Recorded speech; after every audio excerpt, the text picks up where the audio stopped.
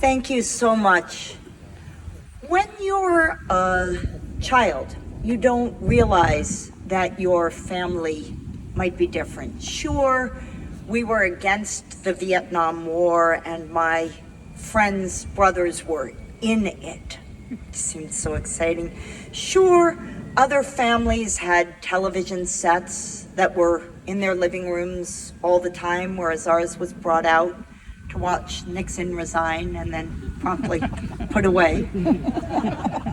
Sure, there were kids whose lunch didn't consist of food that had been grown in their garden, and it being 1972, yeah, there were kids who didn't have a compost heap, solar panels, as you heard. There were kids who, at that time of the month, didn't have a lunar celebration.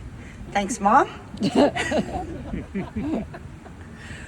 But it was only when Everett started on the faculty at Andover in his role as rabbi that I came to realize just how special he was. Sure, I had seen him at our synagogue doing things like leading services, paying condolence calls, blessing babies. But those were interactions with grown-ups. Who cared? Andover showed me that he was admired by the most intimidating people imaginable. Teenagers whom my elementary school self viewed as figures of heroic proportion.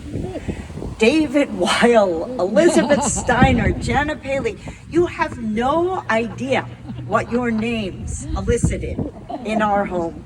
Getting to sit next to you in the ropes room at JSU dinners, a sixth grade girl with frizzy hair parted right down the center, you an upper middler with a Dorothy Hamill haircut?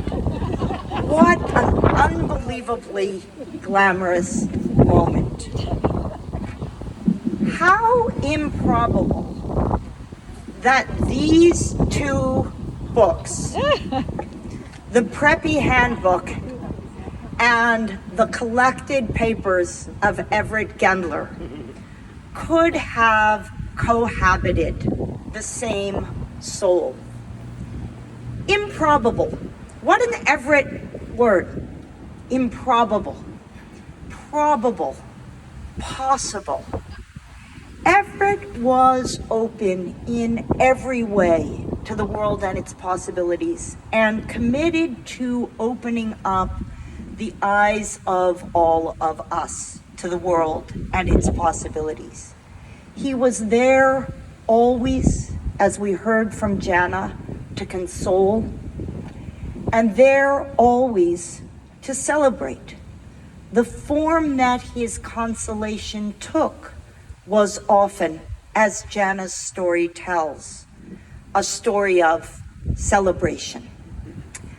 Last week, I had occasion to call one of my college roommates, whom I hadn't spoken to in 35 years. And we were chatting about this and that and what had happened and what connections we had to various people. And she said, you know, when I got the job that I have, she's the director of the Iowa Writers Program now, and it was in the New York Times. She said, you know, your father called me to congratulate me. He found her phone number in Iowa City, Iowa, and reached out and said, congratulations on what you have become in your adulthood. Phone numbers, in fact, were something so central to his connection with the world that the day before his death in Sarasota, Florida, as Naomi and Mary and I sat in a beautiful room that Jana Paley had helped us have as his space for his final days, Everett, from memory, dialed first the phone numbers of each of his grandchildren, and then of each of his nieces and nephews, and then of dear friends, in a way that would have made him employable by Ma Bell, or such jobs still to exist. It was hours before his death. It was, as Mary says, hours before its death. Before his death. Okay, but Everett was not just sensitive to all things about human beings. He was really sensitive to nature. And we heard already from Rabbi Jason reading from Everett's 1957 graduation sermon, from which I had intended to read. So in a little scramble that took place while I listened to the beautiful words of others, it was not hard to find in this, you can quote every word of this book and feel wisdom. Another quote. Everett says, this is an essay from the 1970s, whatever the penalties humans may have suffered when subjugated to nature, our liberation from nature has become truly a dreadful freedom. No longer attuned to the cosmic rhythms about us, increasingly entombed by the contrived, human-made elements of our environment, we neither know ourselves as microcosm of, nor have any felt enlivening connection with Chei HaOlamim, the life of the universe.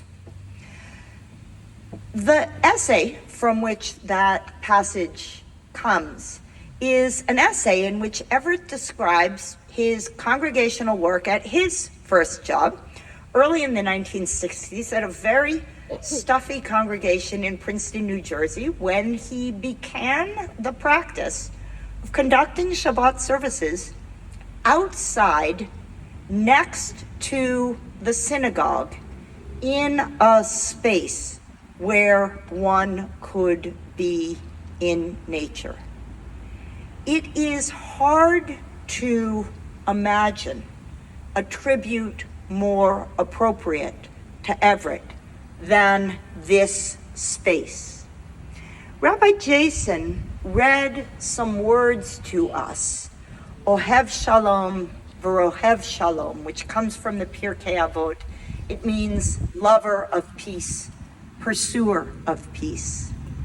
I don't know when he read those words, whether Rav Jason knew that those are the words engraved upon the stone under which Everett, enrobed in the white linen robes that he wore at each of the high holidays, now lies in bodily form. How magical that next to his beloved Cochrane Chapel, that window with its old homemade pretend stained glass Jewish star that he had hung up there, glowing red, looking down upon this circle that has in it a stone from the land next to the place where Everett, Ohev Shalom, V'rodef Shalom, now lies. It is an honor to be present in this space, blessed by the gift that your presence provides. Our deepest thanks, our deepest gratitude, and as Everett says, consolation takes the form of celebration. There is no tribute that would have given him more joy. Our deep thanks.